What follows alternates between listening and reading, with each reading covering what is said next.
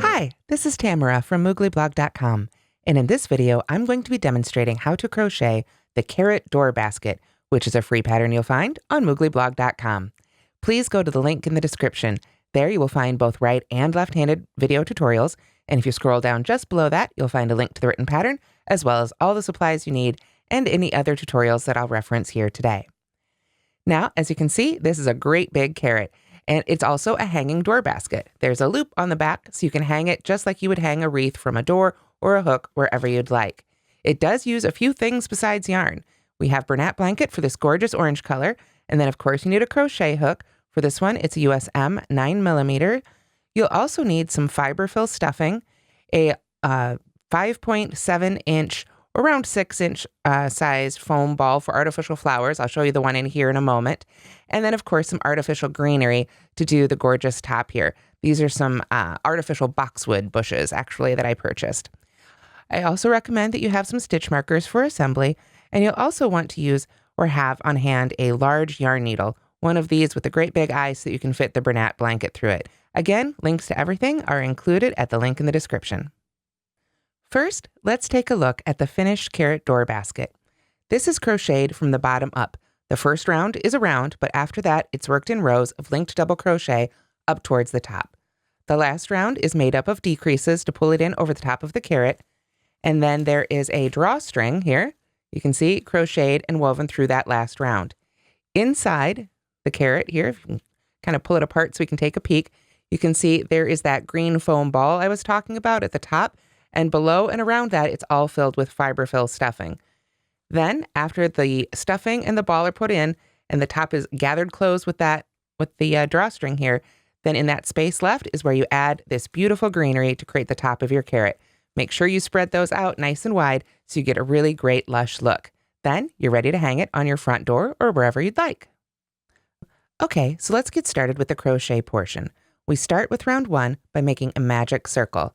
So I'm going to wind the yarn over my finger twice, then insert my hook under both of those loops, grab the loop furthest back, pull it just under the other one there, and yarn over for a quick little slip stitch there.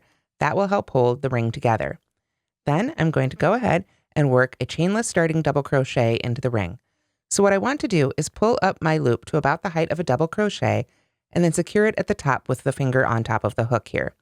Then I'm simply going to wind that loop around my hook as if it was basically just like that. And then I'm going to go right into that loop. I'm going to go ahead and pull my finger out of the way here, but I want to go into that loop and make sure that that tail end is also over my hook. Then I find my working yarn here. I'm going to yarn over, pull a loop up through that magic circle, yarn over, pull through 2. Basically that second one is pulling it behind there, and then yarn over and pull through again. And there we have our chainless starting double crochet in the loop. If you prefer, you can substitute a chain 3. Then we're going to work 5 double crochets in the ring. So essentially we want to have a total of 6 double crochets all worked into this magic ring. So again, if you prefer not to use the chainless starting double crochet, you can use a different double crochet substitute, whatever you like to use. But just make sure that as you work into that ring that you're also working over that tail end, so that we can pull the whole thing closed when we get to the end of our 5 stitches. So let's see here. We've got 1, 2, 3, 4, 5. We've got one more. We need 6 total. Our starting one and then 5 double crochets. There we are. So now we've got our 6 made, and we can simply pull that tail end to close up the ring here at the bottom of our carrot. There we go. Sometimes it helps if you sort of secure it with your fingers there as you pull. Alrighty. Now what we need to do is go ahead and slip stitch in that first one. So we're already bringing it up into that cone shape for our carrot. So I'm going to go ahead and find that first stitch we made. You can see right now my carrot wants to be wrong side out, but that's fine. We'll turn it right side out here in a minute. Just going to go ahead and slip stitch there. And then we'll go ahead and pop that little carrot end there right side out. Now, if you'd like, this would be a good time to go ahead and weave in that initial end, or you can simply tuck it right into the base of your carrot there. With this fuzzy yarn, that magic circle should stay nice and closed as long as you've pulled it nice and tight. So now we're ready for row 2, and we are going to be switching to rows for the rest of this pattern. That was the only round. So to begin row 2, I'm going to start with another chainless starting double crochet, this time right into that first stitch. So I pull up that loop again, yarn over with that loop, go right into that first stitch with my hook, yarn over, pull up the loop, yarn over, pull through 2, yarn over, and pull through 2. And now what I'd like to do is go ahead and put a stitch marker right in the top of that first stitch. There we are. It just makes it a little bit easier to work into when I come back around for the next row.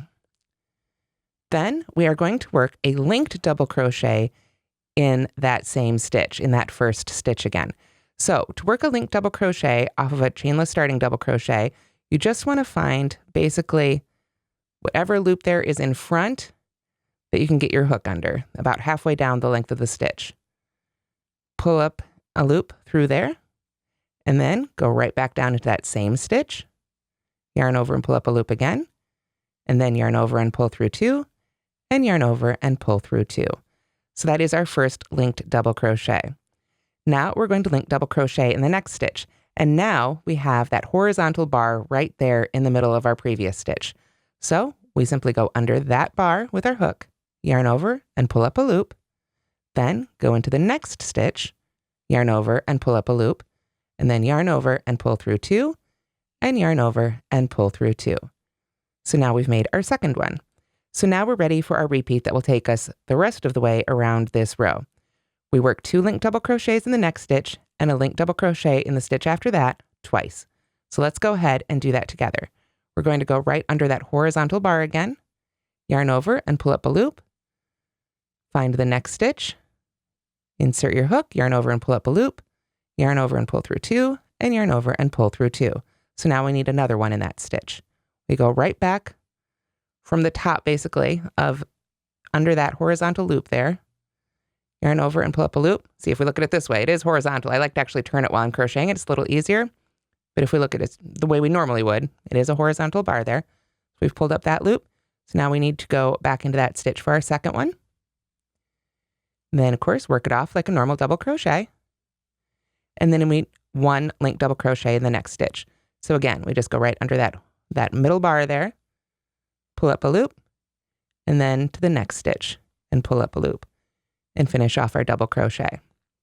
So we've got just 3 stitches left here for row 2. So we'll go ahead and make those together. We need to put 2 linked double crochets into the next stitch. Oop, here we are. Sometimes working with these great big bulky yarns, it can get a little overwhelming. Just take your time. And also, as you're making this project, when you are working with a bulky yarn like this, it's important to rest your hands and let them sort of stretch every once in a while. You don't want to marathon a jumbo yarn for too long because it can be really tiring on the hands. All right, so there we go. Did I do that as a linked one? I did. I was afraid I was talking and distracted myself too much. So we've got our 2 there, and now we're ready for 1 in the very last stitch. So there we go. The instinct is to yarn over, but we don't need to with these linked double crochets. So I'll go right there in that last one. And that should finish off row 2 with a total of 9 stitches. So let's go back and check our work. We've got 1, 2, 3, 4, 5, 6, 7, 8, 9. And because we've switched to rows, we're not going to join now. Joining linked double crochet stitches can be quite difficult.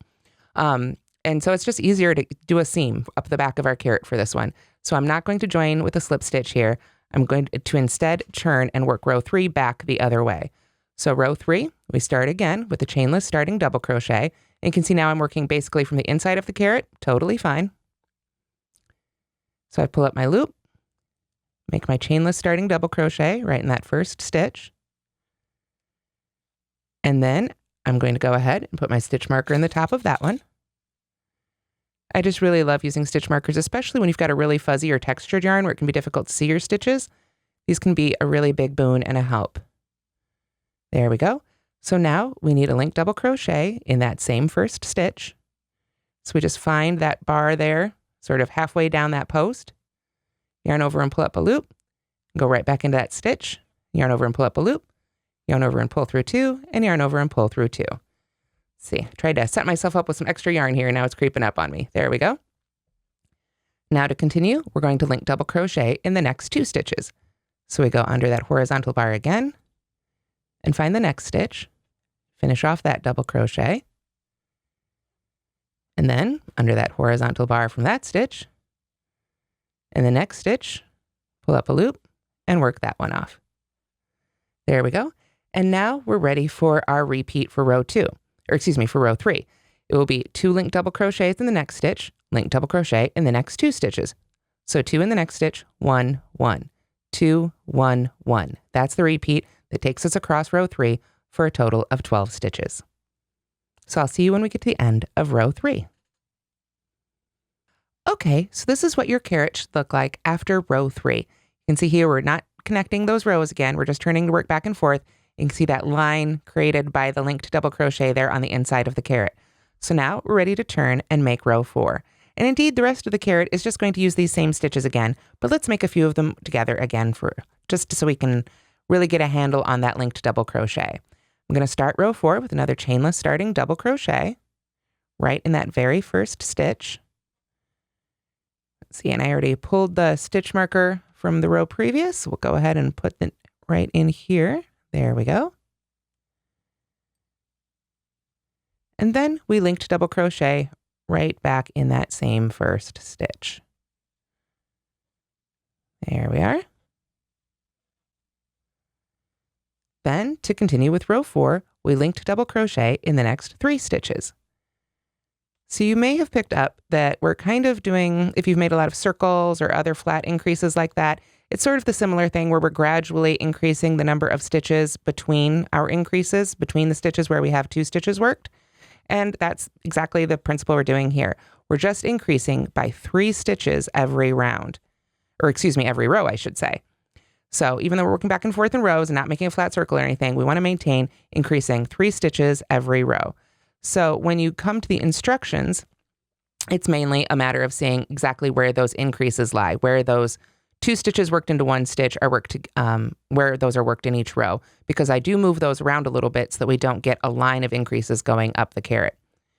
So let's see, I've been chatting away here, so I may have lost my place just a little bit. I'm going to take that last stitch out. I feel like I screwed that one up somewhere. Let's see. Just going to go ahead and pull that one out real gently. There we go. So we are working on row 4. So we've got our chainless starting double crochet, our linked double crochet, both in that first stitch, linked double crochet in the next 3 stitches. So I've got 2 there. I need 1 more. So we'll put that next one in. And then, of course, that brings us to our repeat. 2 linked double crochets in the next, linked double crochet in the next 3. 1, 2, 3. 2 linked double crochets in the next, and then 1, 2, 3. 1 in each of those last 3 stitches. So at the end of row 4, you should have a total of 15 stitches. All right, and this is what your carrot should look like at the end of row 4. You can see how those linked double crochets have created not only a very solid fabric without any gaps, but it also creates these great horizontal ridges, which really give it that carroty look that you expect. So rows 5 through 17 are all pretty much what we've been doing. Like I say, we're just moving those increases around a little bit so that we can shift them around so we don't get a line of increases going up our carrot that's really obvious to the eye. So we're going to keep making these linked double crochet rows through row 17, and then row 18 is going to be our decreases. So let's go ahead and make row 5 together because I want to finish up on an odd numbered row before I make those decreases. So row 5, we're going to be turning and working from the inside of the carrot again. And we're going to go ahead and pull up and make our chainless starting double crochet. And again, if you don't prefer to use that chainless starting double crochet, you can absolutely substitute with a chain 3 or a chain 2 and then a double crochet in that stitch and not count the chain 2 as a stitch. Whatever you like to do for your double crochet substitute is totally fine. You just want to make sure you've got some sort of bar there that you can grab. If it's a chain 3, you can just put it through the center of those 3 chains when you need to pull up that next loop there to make that first linked double crochet. So for row 5, we do need a linked double crochet right in that first stitch. That's our first increase right there. We won't always increase in the first stitch. Like I say, those do get moved around a little bit later in the pattern, but essentially it's just adding three more stitches to every round. So we've got our chainless starting double crochet and linked double crochet in the first stitch. Then we're going to link double crochet in the next 4 stitches. If you remember in the last row, it was 3 stitches in between every increase. This row, it's going to be 4 stitches between each increase. And that is the basic plan for this. Once in a while, we just happen to split those increases at the beginning and the end so that we can locate them around our carrot for a little bit better look here. So there we go. Let's see, we've got our first two, 1, 2, and then we've got 1, 2, 3, so we need one more. Linked double crochet here in the next stitch, and again, I'm just working from the inside of the carrot because it's row 5. And then we've got ready for our repeat. 2 linked double crochets in the next stitch, linked to double crochet in the next 4 stitches. So 2, 1, 1, 1, 1, 2, 1, 1, 1, 1. And that will get us all the way across row 5 with a total of 18 stitches. So this is what your carrot should look like at the end of row 5. You can see I've come across the inside of my carrot here, as we can tell by the end, and we're now ready for row 6. But as I said, rows 6 through 17 are all pretty much what we've been doing, just adding 3 increases in every row. So we're going to go ahead and move on to row 18. Row 18 is worked from the right side of the carrot, and we're going to start with our chainless starting double crochet again, but this time it's going to be the first part of a decrease, and this is the other special stitch used in this pattern. We're going to work a chainless starting double crochet, 2 together in those first 2 stitches. We basically want to decrease this last round here by half. So we're going to start just as we normally would with our loop pulled up here and secured on top of our hook so that we can yarn over with the loop itself, go right into that first stitch, yarn over, pull up a loop, yarn over, and pull through 2, but stop. Don't release that loop just yet. We've got 2 loops left on the hook. I'm going to yarn over again, go into the next stitch, yarn over and pull up a loop, yarn over and pull through 2, and now I will go ahead and yarn over and pull through all 3 of those loops to make our decrease. So again, if you would prefer not to use that technique, you could instead just simply chain 2 and then work a double crochet in the second stitch and not count that chain 2 as a stitch, and you will have worked essentially a decrease right there. However you'd like to do it is totally fine. Basically, a double crochet 2 together. And that's what we're going to be doing for the rest of this row.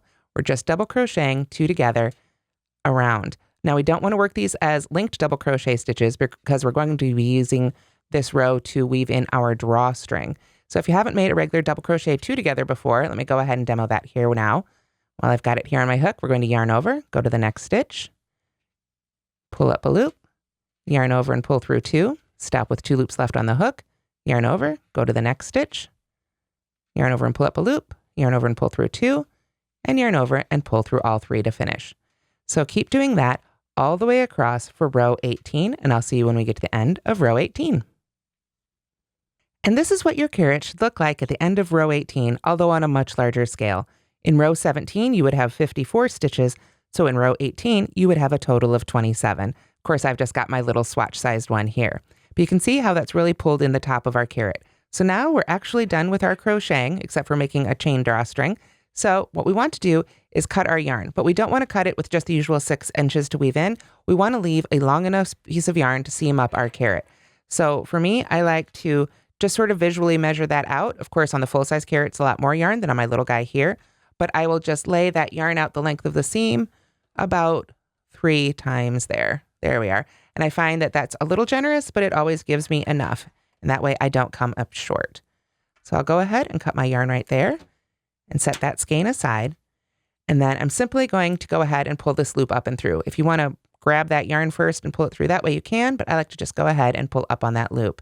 I'm going to go ahead and set that hook aside. It's actually a little easier to do this with the fingers. All right, so now this is where those stitch markers come in really handy. So let's bring these guys in. What we want to do is go ahead and use our stitch markers to match up our rows here so that as we're sewing, we don't end up creating, one of these situations where we've sewn too much on one side and not enough on the other, and we've got a weird gap. Using your stitch markers to help line up your seams before you actually start sewing can be really helpful.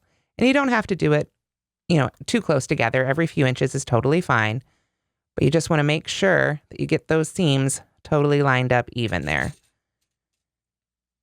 So I'm just going to go ahead and attach these in a couple places here, and that's probably enough here on my little guy. So we'll set that aside. And then, I've got one more there in that first stitch. That might be a good one to go ahead and use right there at the top. Alrighty, so now I've got my yarn end, and this is where I'm going to need that great big yarn needle. Finding yarn needles like this, you want to make sure you have one big enough to fit this jumbo yarn. So these are really handy to have. And again, I will have a link for that at the link in the description. So I'm going to go ahead and thread my end there on my needle. And now I'm simply going to whip stitch this seam closed. It's the simplest sewing method. With this yarn, it's fuzzy enough and bulky enough. You're not going to see the individual stitches, so we don't have to do anything too fancy. I'm just going to come from behind here on the opposite side. And just take your time with it and pull that right on through.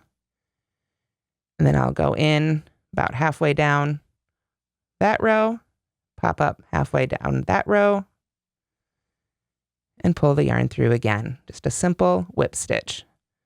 I always think of it as just kind of whipping right through the fabric. And then it can help too if you find those horizontal lines and kind of get those lined up there. But find wherever it looks good, wherever the needle wants to go. And just gently seam this together. And as you come to those stitch markers, you can take those out, of course. Just go right through both layers of the fabric here. And we're just going to seam it all the way back until we get to row 1. And then you can weave in this end, which can be a little tricky. But again, with this bulky yarn, you can hide that pretty well, especially here on the back of our carrot. So I am almost the end of my little sample-sized carrot here. So I'm just going to get through these last few rows here.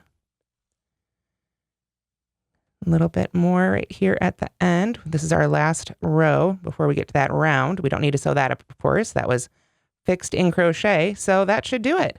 We've got a nice solid seam there that isn't poking through. So now I just need to take this yarn end and weave it in, and then we're ready to make our drawstring and assemble our carrot. The last bit of crocheting is simply making the hanging loop and drawstring, which is essentially just a long line of chains here. I've made a shorter one for my little sample, but for the full-sized one, you want to make it at least 22 inches long, a little bit longer if you want a longer hanging loop. So after we've got that made and we just finished off the ends there, still got my tail ends, I'm going to go ahead and insert one of these in my yarn needle here. Can be a little challenge even with these big needles, but just take your time and get that through there. There we go. And now what we want to do is we want to find that seam. So luckily I sewed it well enough I have to actually kind of feel for it here. There we are. So there's my seam right in back. And I'm just going to pick a point right in that last row and insert my needle right between two of these posts. Then I want to come up on the other side of that post and back down and up and down. And I'm just weaving it right between the final posts here of that last round. We want to kind of find the biggest space there. Sometimes that's at the bottom of those posts and those decreases. And keep going all the way around. And it's going to get a little tight. So then you can take a break and pull that through partially. Make sure you don't pull too close to that edge. You don't want to accidentally end up pulling it all the way through, and then you have to add the needle to the other side and reweave. But then you can come back in and just start going back and forth right between those posts. There we are. And then when you come to the end, you may have some, you don't want to necessarily go back in. You want to make sure it's coming out. So if you have to leave a stitch in there, totally fine. That's basically what we want. We just want both of the ends of this drawstring coming out at the back of our carrot. There we are. Got a little twisted up as it was going, but no problem. It is through. So now we've got our drawstring, and we don't want to pull it tight just yet because we've still got some stuffing to do. But you do want to go ahead and basically weave these ends into each other so that you've got it closed. If you want to, if you don't want to do that, you could just tie it in a double knot. It is, of course, a hanging loop, so it's not necessarily going to show. But for the sake of time right now, I'm just going to go ahead and tie it together. You could definitely take your time and weave those ends in much more nicely. There we are. But for the sake of demonstration, now it is together. And that becomes, you can see here, our hanging loop for our door. So now it's time to turn this little carrot basket into our full-fledged carrot. So you can see I've got my ends stuck in there. I didn't even bother to weave them in because, again, we just need more stuffing. So that's less stuffing I need.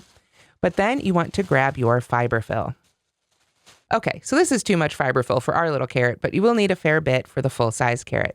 So I like to just tear it up a little bit before I insert it in projects. That way I don't get any weird lumpy shapes. If I can make smaller bits, it just seems to stuff a little better. And then just go ahead and start stuffing the fiber fill into your carrot. And you want to keep stuffing it until it's nice and firm. You don't want it to be heavy, but you do want it to be sort of firm. And you can use your hook a little bit if you need to really help it get down there and help you create that that really nice carroty shape. So as you stuff it, what you want to make sure to do is leave enough room at the top to insert the green foam ball.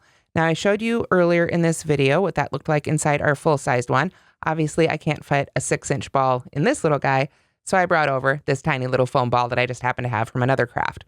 So like I said, we want to make sure to leave enough room in there so you can kind of create a nest for it if need be, and then just squeeze it right in here. And luckily, this one seems to be fitting our little sample barely, but you should have a slightly easier time with the green one. It should still, however, be pretty tight in there. You want it to be nice and firm. And then, if need be, and I found this to be true on the full-size one, I wanted to take a little bit more stuffing and just sort of round it out there along the edges to maintain that great carrot shape. So you can just sort of tuck that right in there along the sides, and it helps just kind of create little lines with it right along the sides of your little ball there so that we get that, that really nice shape. We don't want to stretch it out. We do want to be able to pull this in, but we just want it to look really good. So take your time and add a little extra stuffing wherever you think you might need some. There we go. You can see the great thing about those linked double crochets, it's created such a solid fabric. We're really not seeing that fiber fill peek through at all. I love that stitch for projects like this. So once you've got your stuffing sort of all arranged the way you like, then it's time to go ahead and pull on that drawstring. So we just want to carefully start pulling in on those edges so that our carrot comes up over the top like a real carrot there. There we go. So we just kind of pull those in until it's right about where you want it. And if you feel like you need to secure this really tightly, or if it's gotten a little too loose or it doesn't want to stay for you, a little trick is to find that little section there. You can see this is the drawstring on the other side of this stitch. After you've got it pulled up tight, you can just slip that right under that other loop. We shouldn't have our ends in the way, of course, on our finished one, but there you go. And that will help hold it together even stronger. So now you've just got that little bit left at the top, so we're ready to add our greenery. Now, obviously, this full-size greenery is a bit too big for this carrot, but I think you get the idea. Basically, you would take your greenery and go ahead and start pushing it down through that green foam ball inside the carrot. You'll want to start in the middle and sort of work your way out to the edges so you get a really nice full look. I found spacing these stems about 1 inch apart gave me a really good look. I'm just going to tuck this one in here in our side so you kind of get the idea. But you just want to stuff that down in the ball and then make sure to bend out the leaves of your greenery so that it looks nice and lush and full. So that's how to crochet the carrot door basket, which again, you'll find for free on mooglyblog.com using Bernat blanket and a USM hook and a few other really fun supplies. Thanks so much for watching, and don't forget to like and subscribe.